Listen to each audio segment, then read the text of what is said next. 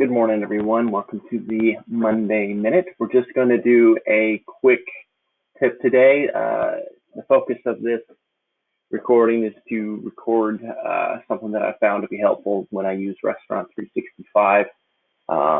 Just a little quick tidbit to help you guys as you're using your daily activity in Restaurant 365. This meeting will be focused on the check run in Restaurant 365 and how to kind of sort out your invoices and to make it a little bit easier to see. So as you can see on my screen, right here, I have two different invoices. A lot of times we'll get all of our different invoices.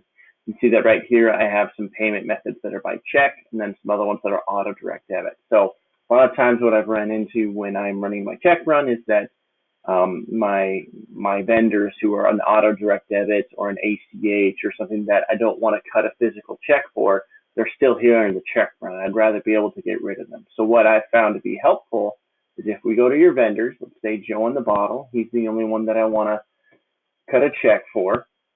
And then if I go to him and I set up all the vendors that I want to cut checks for, and I go under vendor additional info and I go to the vendor group, I can actually set them up with their own vendor group, right? So I can set them up to be a check.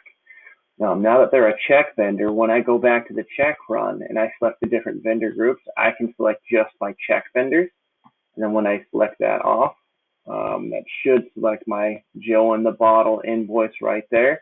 You can see it eliminated my US Foods. So that's just a quick little check run that we can do to kind of eliminate and make things a little bit easier when you go to pay, print your check. So that's all for today.